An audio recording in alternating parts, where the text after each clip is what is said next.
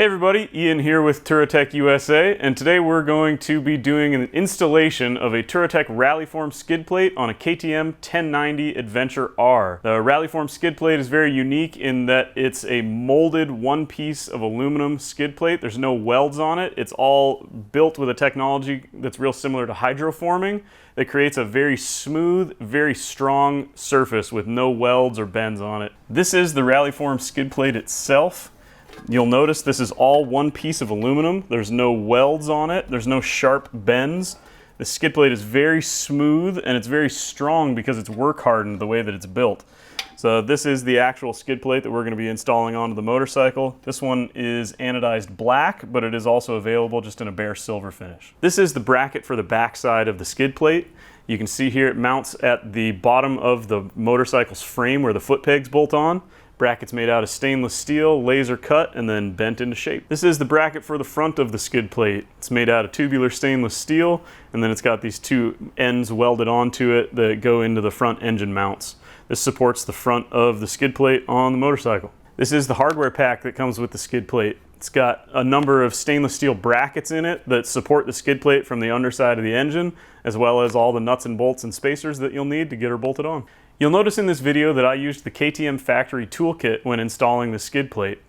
You need a pair of pliers, a Torx T45 driver, 8 and 10 millimeter sockets, a 13 millimeter open-end wrench, which the KTM bottle opener works awesome for, and then a few other tools that weren't in the kit, like a pair of vice grips, an 8 millimeter Allen driver, 6 millimeter Allen driver, and a 3 millimeter Allen drive. I actually cheated a little bit and used a Torx T30 that's in the kit in place of the 6 millimeter Allen drive, and it works just fine. So that's what you need. Let's get to work. The first step we have to get to is removing both of the foot pegs, and on the brake lever side of the bike, that means we have to remove the brake lever. So let's get started by removing this T45 bolt, and it does have a 13 millimeter nut on the back side of it that you have to get a hold of in order to do that. Take the bolt out, screw the nut onto the back of it, and set it aside. Now that we've got the brake pedal out of the way, we can remove this foot peg pin. You got to pull the cotter pin out of the bottom by bending the ends straight. Sometimes you have to cut it. Grab the little washer that falls out, and then push the pin out from the bottom.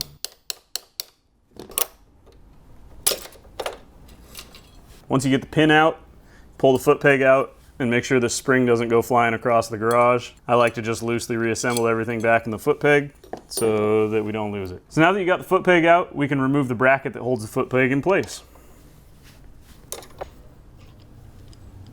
Okay, now the bracket's out. Put both the bolts in the bracket and set it aside so you don't lose them. And go over to the other side of the bike and do the same process. The other side's quite a bit easier because you don't have to remove this brake pedal. You just take the foot peg out, take out the two bolts, don't lose the parts. Now we have to prep the rear bracket for the skid plate. You're going to take the two little J nuts from the hardware pack. You're going to install one on the front side of the bracket here and the other one on the rear side of the bracket here. These install by just pushing over the material and lining the threaded portion up with the hole. Just takes a little bit of force, but they go right in just like that. Now you're going to take your foot peg brackets and you're going to decide if you want to install them in the lower position or in the upper position. These are reversible to change the foot peg height. We're running the low position on our bike. So you take your foot peg brackets, take the supplied M8 by 20 bolts and just drop them through the foot peg brackets.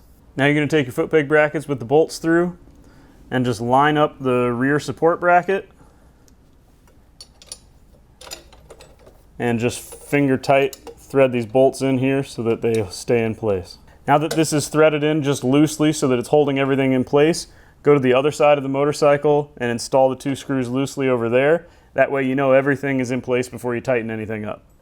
Now that you have the foot peg brackets installed on both sides of the motorcycle, and we're going to reinstall the brake pedal. All right, now we need to prep the two brackets that go underneath the engine for installation. That's very simple. You just take these little rubber bumpers, push them through from the bottom, and then grab the little tail, pinch it, pull it through until the barb expands over the backside of the bracket. You got 6 of these you need to do. The brackets that go underneath the engine, there's two of them. The one that goes all the way up at the front has 2 bolt holes in it, and it's kind of a unique shape. You'll see it has a short side above the bend and a long side below the bend. You want to make sure you orient the bracket short side up, like this. For the front bracket, you use 2 of the M5 by 25 bolts with 4 washers and 2 nuts. And for the center bracket, the one that goes underneath, you just use a single long bolt. This is an M6 by 70 and an appropriate nut and 2 small washers. With these bolts and nuts, they are stainless steel going into stainless steel, so be sure that you use anti-seize, something like this, so that the threads don't gall while you're tightening them down. In order to put the front crossbar mount onto the skid plate, first you have to orient it correctly. So the way I'm holding it here, how it bends down, you want the motorcycle to be going forward, so you want it to bend down from the bike.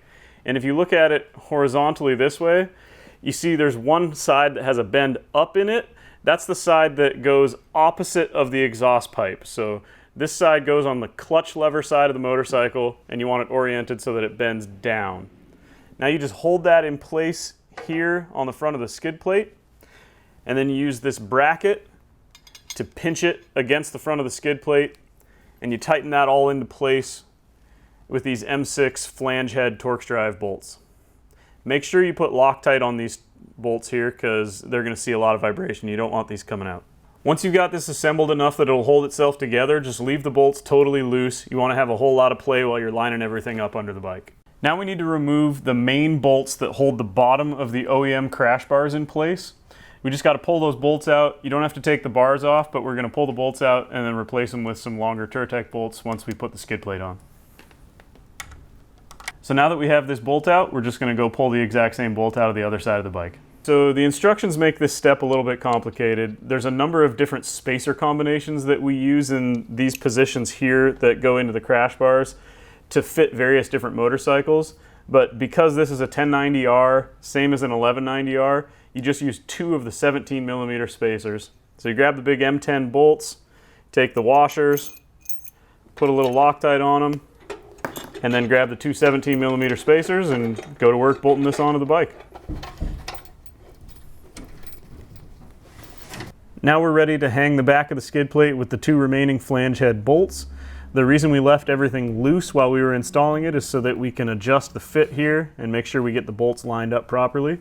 You don't need any Loctite on these bolts because the J-nuts that they thread into have a mechanical locking agent built into them. With the skid plate hanging loose in place now, we can adjust the fit to make sure that there's good clearance around the exhaust pipe header and make sure that everything's centered where it should be, and then start tightening all the bolts. I like to start with the flange head bolts that hold the skid plate in place first, and then go to the big bolts at the front, and then the foot peg mount bolts at the back.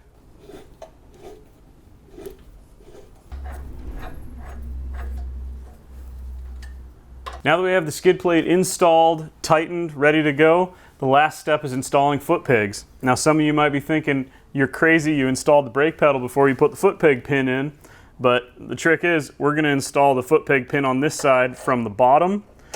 That way, next time you don't need to take the brake pedal off if you want to pull the foot peg off on this side.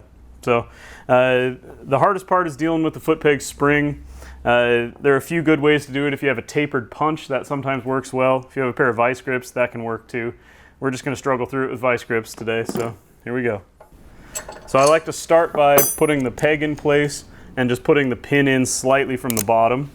And then with the spring compressed, feed it into position as close as you can to all the way.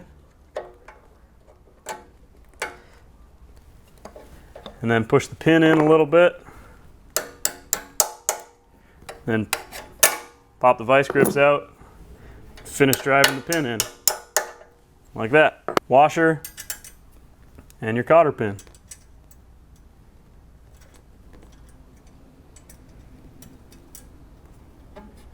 Okay, so we got this foot peg installed. Go install the foot peg on the other side and she's ready to go. All right, now you've got your RallyeForm skid plate installed and your bike's ready to ride. Hope you have a great time out in the woods and go have fun with that protection.